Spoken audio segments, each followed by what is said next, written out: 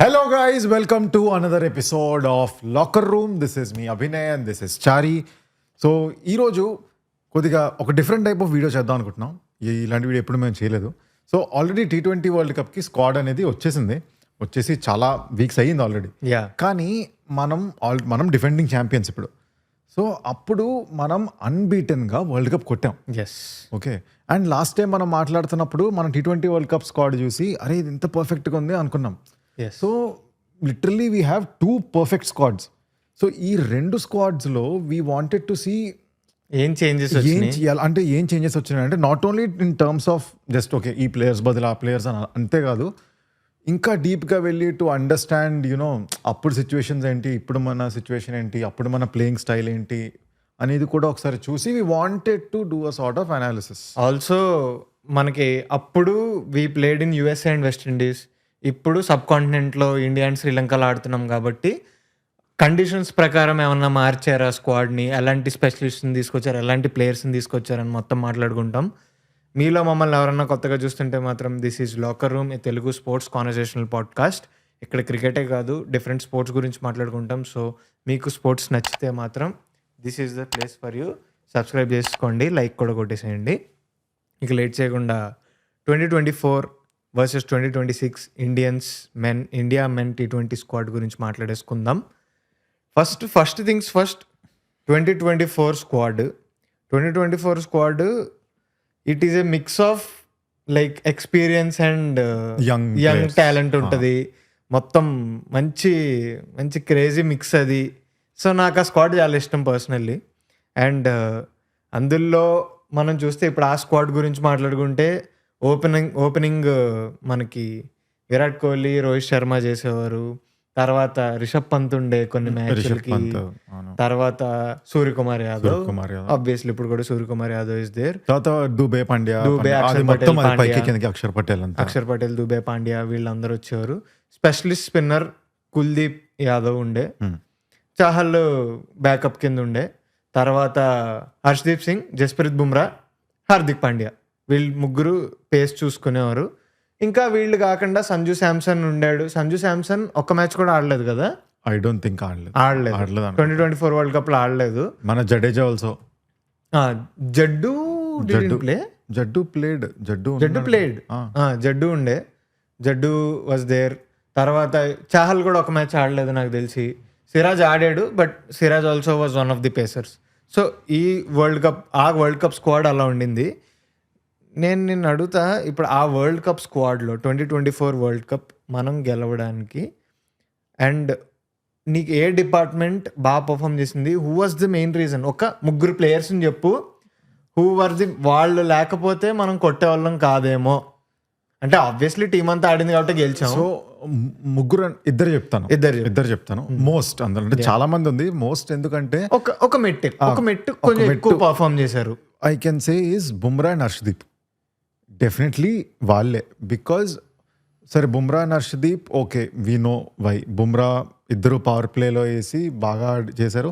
Some times Arshdeep went కొద్దిగా expensive, but he still picked wickets. I think ఆ world కప్కి he was highest wicket taker కూడా, alongside Farooqi తిను వీళ్ళిద్దరు highest wicket takers. Bumrah కూడా almost 1-2 wickets కొద్ది కింద అంతే. బట్ మన బ్యాటింగ్కి వచ్చేసరికి మనకి ప్రతి మ్యాచ్ ఎవరో ఒక ఇద్దరు నించున్నారు, ఒక్కొక్కళ్ళు అలా స్టాండ్ అవుట్ అయ్యి మనకి. సో కొన్ని గేమ్స్ ఏమయ్యాయి అంటే మనం ఏంటి రోకో ఓపెనింగ్, ప్రతి మ్యాచ్ రోహిత్ కోహ్లీ ఓపెనింగ్ అనుకుంటే మనం ఏం ఎక్స్పెక్ట్ చేస్తామంటే ఒక మంచి పార్ట్నర్షిప్ బిల్డ్ అవుద్ది, వాళ్ళు చూసుకుంటారు అనుకున్నాం. కానీ T20 వరల్డ్ కప్లో వాళ్ళ పార్ట్నర్షిప్ ఐ థింక్ ఒక్క మ్యాచ్ కూడా వర్కౌట్ అవ్వలే. ఐదర్ రోహిత్ ఆడాడు, లేకపోతే కోహ్లీ ఆడాడు, లేకపోతే ఇద్దరు ఆడలేదు. సో అదే అయింది. అండ్ ఎవరో ఒకరు నీకు సూర్యకుమార్ కానీ అక్షర్ కానీ, పంత్ అయితే చాలా మ్యాచెస్ సేవ్ చేశాడు ఓపెనర్స్ పడిపోయిన తర్వాత. కానీ పంత్ ఏమైనా స్టాండ్ అవుట్ పర్ఫార్మెన్సెస్ ఉండేనా? నాకు తెలిసి 2024 వరల్డ్ కప్ లో పంత్ ఎక్కువ స్టాండ్ అవుట్ పర్ఫార్మెన్సెస్ అంటే నీకు ఒక్క మ్యాచ్లో మన టీంలో ఐ థింక్ హైయెస్ట్ స్కోరర్ ఒక్క మ్యాచ్లో. అండ్ అంటే నీకు పెద్ద స్కోర్స్ లేవు. It is that 20, 30, 40s. And ఎప్పుడు పంత్ స్టాండ్ తీసుకున్నా చాలా టైంలో there was someone else who scored 70, someone else scored 50, and Pant was there with 20, 30, 40 at good strike rate. So I think మన ఆ టైం వరల్డ్ కప్ లో ఈ was or second or third highest run scorer ahead of even Virat Kohli కంటే ఎక్కువ he scored Pant. Virat అయితే ఈ saved it for the last అన్నట్టు last match 76 ఎంతో కొట్టాడు. అండ్ ఒక మ్యాచ్ లోనేమో హార్దిక్ పాండ్యా ఆడడం, ఓ మ్యాచ్ సూర్యకుమార్ యాదవ్, ఓ మ్యాచ్ ఇప్పుడు ఒక మ్యాచ్ దూబే ఆడాడు. నాకేమనిపించిందంటే ఇఫ్ యూ టేక్ ఫస్ట్ నేను నాకు ఆ వరల్డ్ కప్లో ఫైనల్ మ్యాచ్ పక్కన పెడితే ఇంకో మ్యాచ్ పెచ్చేస్తాం, that is the Pakistan match. India versus Pakistan చాలా తక్కువ స్కోర్ చేసాం, యూఎస్ఏలో జరిగింది. మనం చాలా తక్కువ స్కోర్ చేసాం, కొలాప్స్ అయిపోయాం. 130 అరౌండ్ 130 స్కోర్ చేసాం, ఎక్కువ తక్కువ. ఆ match Bumrah is the man. అసలు బుమ్రా నుంచోబెట్టాడు ఆ మ్యాచ్ని.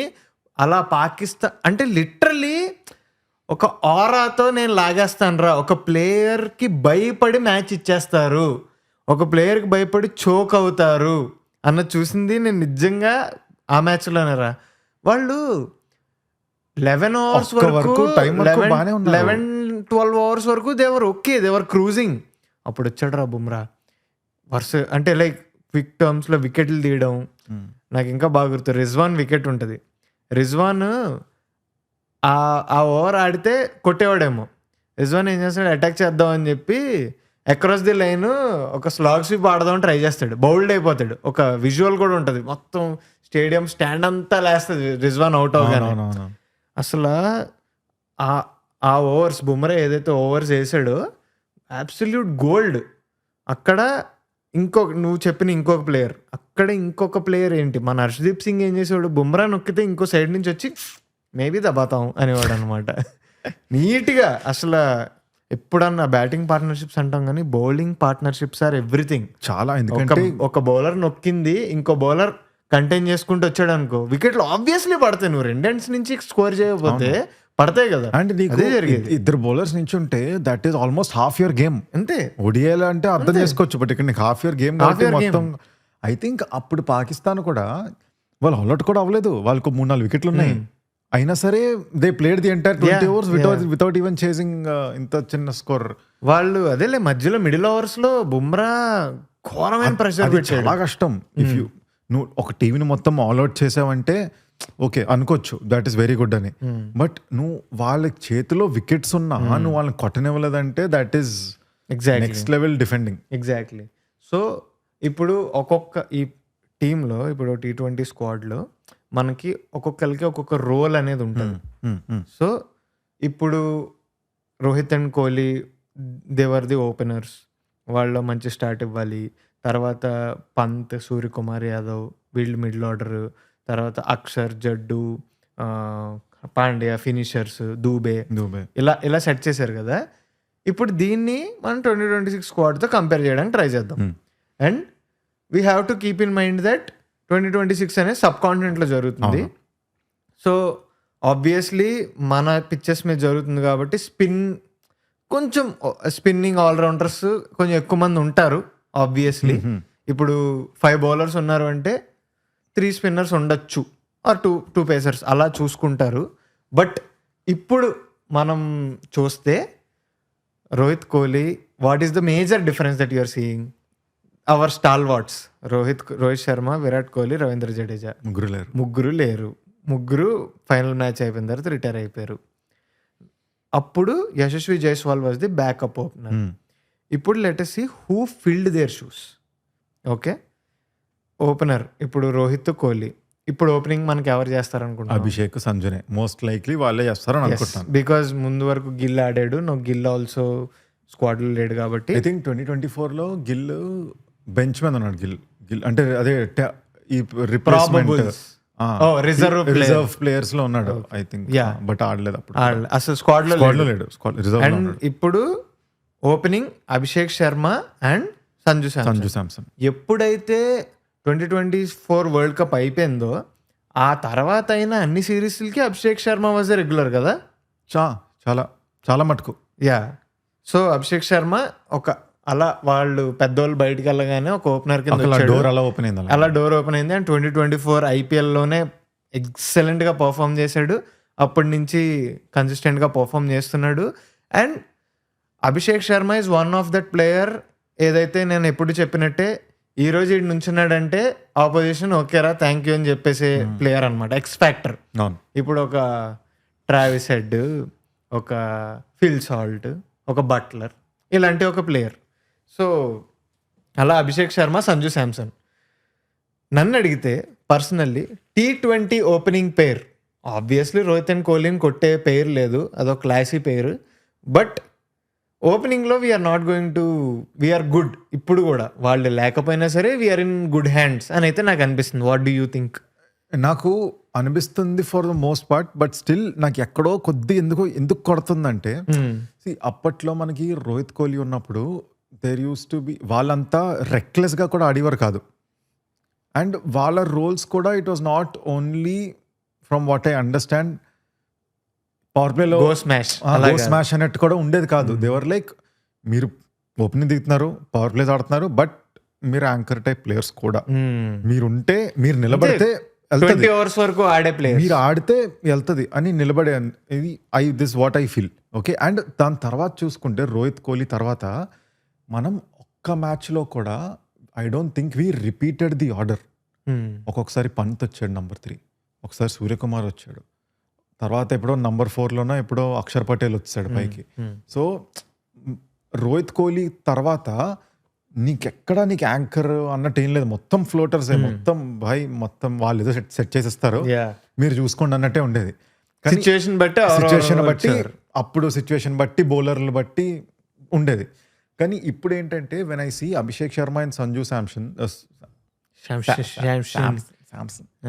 When I see Abhishek Sharma and Sanju Samson, నాకు అభిషేక్ శర్మకి ఇన్స్ట్రక్షన్ కూడా ఏం ఇవ్వరు. అభిషేక్ శర్మకి నువ్వు ప్రతి ఎపిసోడ్లో నాకు నువ్వు ఆ కారు ప్రతి ఎపిసోడ్లో ఈ కారు పట్టుకొని కారు నొక్కుతుంటాడు, అది ఎలా సౌండ్లు చేస్తుంటది. జస్ట్ సరదా ఆగి సౌండ్ చేయండి. పక్కా ప్రామిస్. ఓకే. ఎక్కడ మాట్లాడుతున్నాం దాకా అభిషేక్ శర్మ. సో అభిషేక్ శర్మని నువ్వు టీంలో తీసుకోగానే అభిషేక్ శర్మ ఆల్రెడీ తెలుసు, నన్ను టీం తీసుకున్నారా కొట్టడానికి, బాధడానికే నన్ను తీసుకున్నది. So his message is clear. Sanju Samson, I think Sanju Samson will not sit and be like okay నేను ఒక లాంగ్ ఇన్నింగ్స్ ఆడాలి, యాంకర్ రోల్ ప్లే చేస్తాను. He is also there. మేబీ అంత అభిషేక్ శర్మ లాగా అరే నువ్వు ఆపచ్చు దీన్ని ఆపచ్చు ఒకసారి, నీ కాన్సిక్వెన్సెస్ రే నువ్వు. ఓకే సారీ, నీకు ఇంకోటి ఇస్తాను, ఈ బాల్ ఉందా తీసుకొని చెప్పుకో. కష్టం గట్టిగా ఉంది. ఓకే చెప్పు. పట్టుకోరా ఓకే చెప్పు. అభిషేక్ శర్మ సంజు శాంసన్ అంటుంటే నీ కారు గుర్తొస్తుంది. సో వాళ్ళిద్దరిలో పవర్ ప్లే దాటి వాళ్ళిద్దరు వస్తారని నాకు చాలా నమ్మకం లేదు. వాళ్ళిద్దరిలో ఇద్దరు బయటికి దాటి వస్తారని. బట్ సినిమాల్లో నీకు ఒక సినిమాల్లోని ఇద్దరు హీరోని ఇంకోటి కలిసి గొడవలోకి వెళ్ళి పెద్ద వార్ అవుతుంటే బయట నుంచి పెద్ద బ్లాస్ట్ అవుద్ది. అయ్యో ఇద్దరు పోయారు అనుకుంటే ఎవరో ఒకలే వస్తారు, పాపం వాడు రాలేదమ్మా మాతో అంటారు చూడు. అలాగా పవర్ ప్లేలో కొద్దిగా అది ఉంది, ఆ భయం అనేది ఉంది. బట్ ఇట్ ఈస్ లైక్ వెళ్తే ఎక్కడికో వెళ్ళిపోద్ది, లేకపోతే పడిపోద్ది అనే ఇది ఉంది. బట్ ముందు నాకు if you ask the same question 1 year back, నేను పర్లేదు మన వాళ్ళందరూ ఉన్నారు కింద అనుకునేవాడిని. ఎందుకంటే అందరికంటే నాకు మెయిన్ నమ్మకం సూర్యకుమార్ మీద. ఇప్పుడు నాకు కొద్దిగా భయం వేస్తుంది. నా పర్సనల్ పర్స్పెక్టివ్ ఏంటో చెప్పనా, నాకేమనిపిస్తుందో, ఇద్దరు తగులుకోలేదనుకో అది మన దరిద్రం. ఒక్కడు తగులుకున్నా వీఆర్ గుడ్, మంచిది, we are in good hands. So నేను అలా చూస్తున్నా. ఎందుకంటే ఇప్పుడు నువ్వు చూడు, లాస్ట్ టైం మనకి సూర్యకుమార్ యాదవ్తో పాటు రిషబ్ పంత్ ఉండే. ఇప్పుడు Rishabh Pant used to be the wicket keeper, కానీ ఇప్పుడు వికెట్ కీపింగ్ అనేది సంజయ్ చేస్తాడు. సో మనకి మిడిల్ ఆర్డర్లో లాస్ట్ 2 yearsలో ఓపెన్ అయిన ఇంకొక ఎక్సలెంట్ ప్రాస్పెక్ట్ ఏంటంటే తిలక్. అండ్ ఇంకొక వెరీ గుడ్ థింగ్ ఏంటంటే ఏషియా కప్ ఫైనల్లో తిలక్ వర్మ ఒక్కడే నుంచి ఆడాడు అంతే. సో తిలక్ వర్మకి ఆల్రెడీ ఎక్స్పీరియన్స్ కూడా వచ్చింది.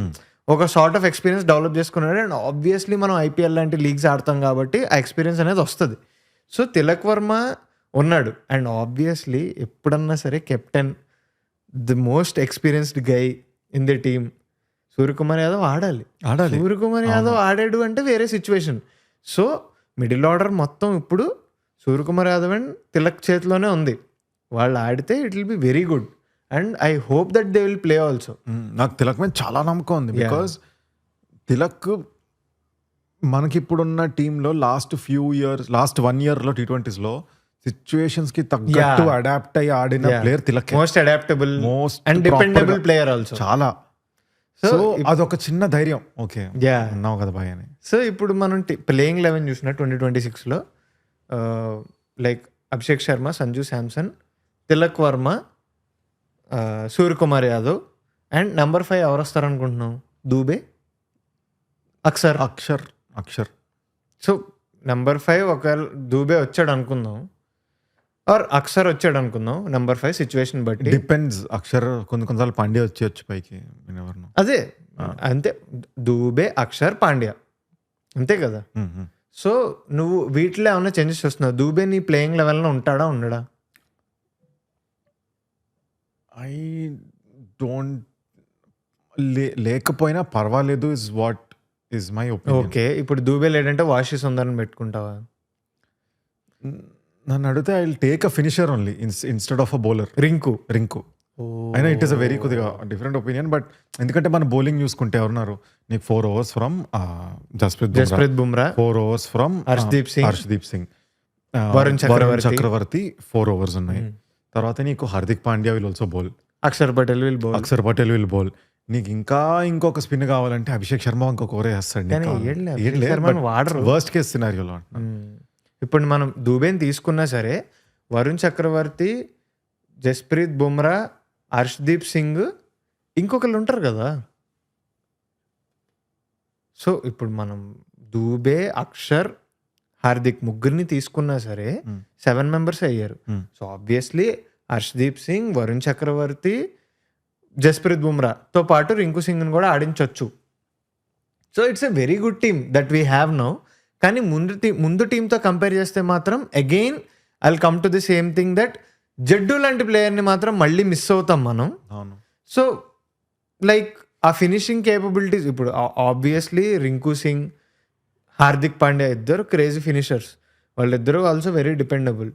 కానీ నౌ ఇంకా కొంచెం యాడెడ్ రెస్పాన్సిబిలిటీ వస్తుంది బికాస్ జడ్డు లాంటి పర్సన్ లేడు కాబట్టి.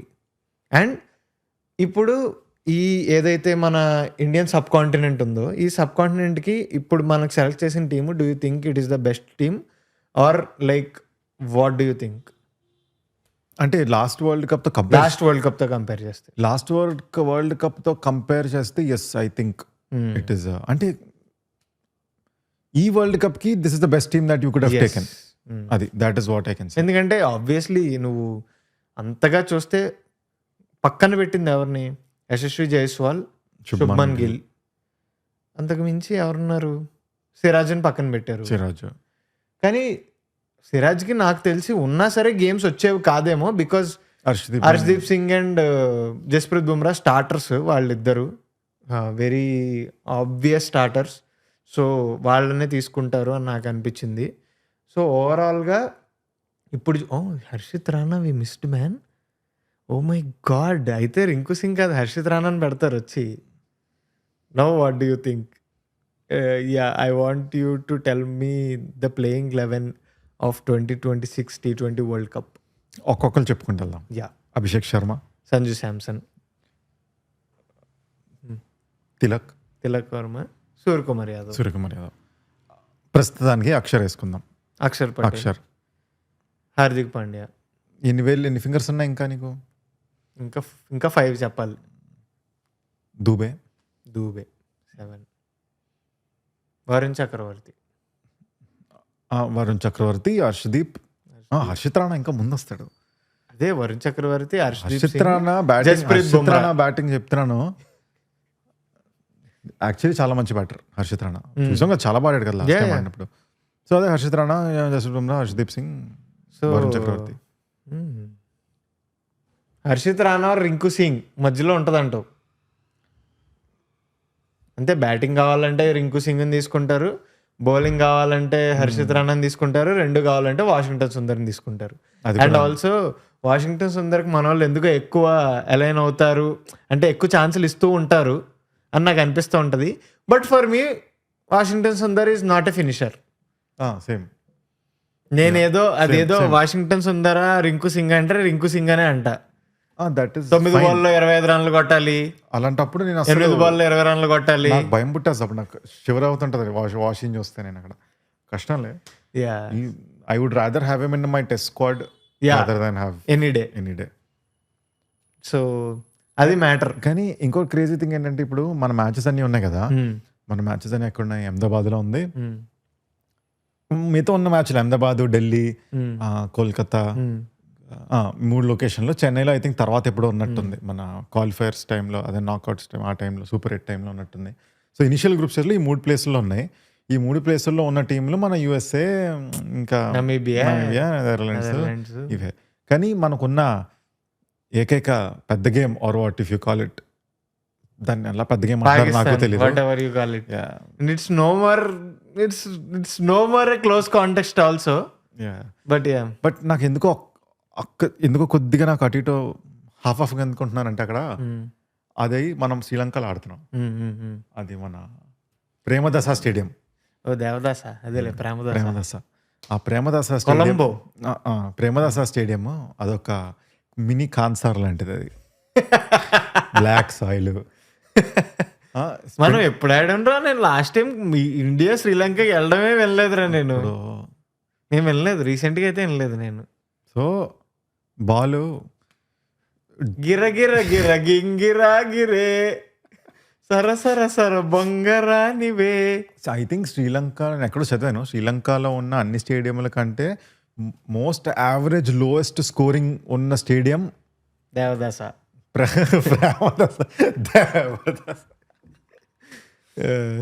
సో చేస్తున్న వాళ్ళకి ఇంకా చెక్కిపోయినట్టే అని చెప్పి అంతే ఇంకా. సో మనోళ్ళు కొద్దిగా ఆ మ్యాచ్ కొద్దిగా బాగా కొద్దిగా అంటే మరీ ఎక్సైట్మెంట్లో తూకానేవే అన్నట్టు మనోడు 6 షైన్ అఫ్రీదీకి 6 కొట్టి ఫస్ట్ బాల్ తిట్టాడు చూడు లాస్ట్ టైం. అలాంటివి ఏం లేకుండా కొద్దిగా జాగ్రత్తగా ఆడుకుంటూ టాస్ మనం గెలిచి మనం బ్యాటింగ్ తీసుకున్నాం అనుకో, గుడ్. అండ్ ఆల్సో టాస్ కూడా వెరీ ఇంపార్టెంట్. టాస్లో సో మళ్ళీ అది ఆ మ్యాచ్ కూడా లో స్కోరింగ్ ఎక్స్పెక్ట్ చేయొచ్చు మరి. కానీ చూద్దాం. అంటే లైక్ నాకేమనిపిస్తుంది అంటే ప్లేయింగ్ 11 కూడా నెక్స్ట్ వచ్చే న్యూజిలాండ్ సిరీస్తో కొంచెం డిసైడ్ అయిపోతుంది. అండ్ ఇప్పుడు ఒక చిన్న కాంటెక్స్ట్ ఇస్తున్నాం గైస్ మీకు. మేము ఇది కొంచెం ముందు షూట్ చేస్తున్నాం బికాజ్ సంక్రాంతి సెలవులకి ఊర్లో వెళ్తాం కాబట్టి కొంచెం ముందు షూట్ చేస్తున్నాం. ఈ టైంకి ఎప్పుడైతే ఇది జరుగుతుందో, అదే ఈ షూట్ జరుగుతున్న టైంకి ఇంకా సంక్రాంతి స్టార్ట్ అవ్వలేదు, రాజాసాబ్ కూడా రిలీజ్ అవ్వలేదు. సో హిట్ ఫ్లాప్ కూడా తెలియదు. ఈ వీడియో వచ్చేసరికి రాజాసాబ్ వచ్చి ఉంటుంది షూట్ టైంకి. కానీ ఇప్పుడు మీరు చూస్తున్న టైంకి రాజాసాబ్ వచ్చేసింది. ఇంకే సినిమాలు కాదో చెప్పండి కామెంట్. 10th సినిమా ఉంది. 10th ఏం లేదు, 12th చెప్పలేం. BMW రాకపోవచ్చు ఆ టైం. 10th కాదురా, BMW ఇంకా లేట్ అయితే మనకు తెలియదు కదా, చెప్పలేం. అదేలే, సినిమాలన్నీ వచ్చి సంక్రాంతి మీరు చేసుకుంటూ సంక్రాంతి అయిపోతూ అలా ఉంటుంది కాబట్టి అది మ్యాటరు. సో మీకు చెప్పండి, 2024 స్క్వాడ్ మీకు ఇష్టమా, 2026 స్క్వాడ్ ఇష్టమా? Do you think we are going to defend the title or not? And ఒకవేళ ఇండియా డిఫెండ్ చెయ్యాలి 2026 టైటిల్ అంటే ఎవరు యూఎస్పి అంటే లైక్ MVP ప్లేయర్ ఎవరు అయ్యి ఉండాలి, ఎవరు బాగా ఆడాలి, ఎవరు బాగా ఆడితే మన టీం 100% గెలుస్తుంది అనుకుంటున్నారో కమెంట్స్లో మెన్షన్ చేయండి. Any closing thoughts? Subscribe is the closing thought. Okay guys, happy Sankranti, happy Bhogi, happy Kanuma, అన్ని హ్యాపీ, అన్ని ఆల్ హ్యాపీస్. సబ్స్క్రైబ్ చేసుకోండి. హైప్, లైక్ అన్నీ చేసేయండి. ఇక్కడ వరకు చూసారు కదా.